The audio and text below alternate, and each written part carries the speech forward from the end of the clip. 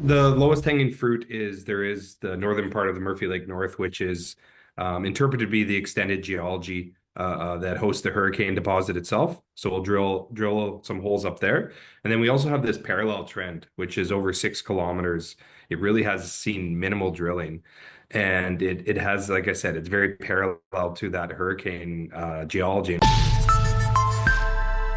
All right, welcome back inside our proactive newsroom. And joining me now is Keith Bodnerchuk. He is the CEO of COSA Resources. And Keith, it's good to see you. How are you? Yeah, I'm doing great, Steve. It's great to be back on here. Yeah, I know you've got some news out. We'll talk about that in just a second. But for those not familiar, tell me a bit about COSA. Yeah, so Costa Resources, we're a uranium exploration company with assets in the prolific Athabasca Basin in Saskatchewan, Canada. We're a somewhat newer story, with 2024 being really our first year drilling as a company.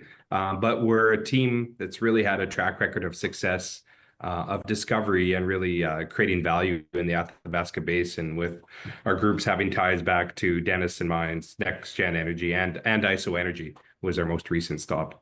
Yeah, so you announced today that you've begun drilling at your Murphy Lake North project. So tell me a bit about this project and what the drilling is going to look like. Yeah, certainly. So we just completed a transaction on January 14th, actually, where we acquired 70% interest in three terrific projects from Denison Mines. Denison Mines is now our largest and most strategic shareholder at just under 20%.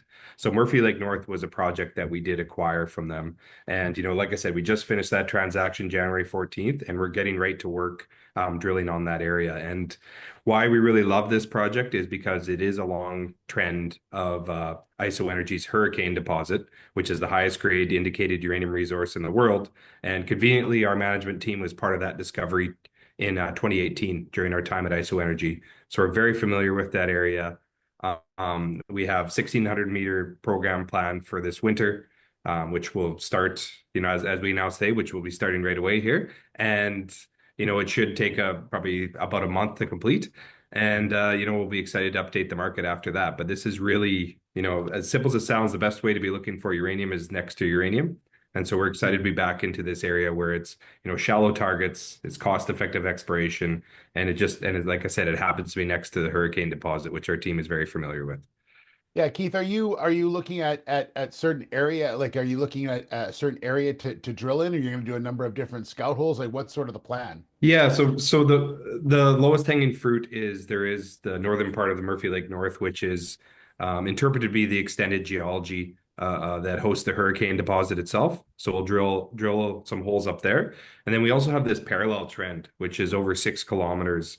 It really has seen minimal drilling, and it has, like I said, it's very parallel to that Hurricane geology and Hurricane trend. So it's very exciting too, and we'll drill some holes down in that area too, because, like I said, a shallow target like that in the Eastern Athabasca Basin, right next to a massive, high grade deposit like Hurricane, you want to be drilling as many holes as you can. Absolutely. Well, I'm excited to see what happens with the drilling when the time is right, as you mentioned, beginning today. You also talked recently about engaging Hayward Securities for a capital raise, a sort of private placement. And I know Denison is going to be involved in that as well, as they continue to show great faith in yourself and your team. Yeah, for sure. So we did recently announce a financing. We should have that wrapped up here in a couple of weeks. It's going very well.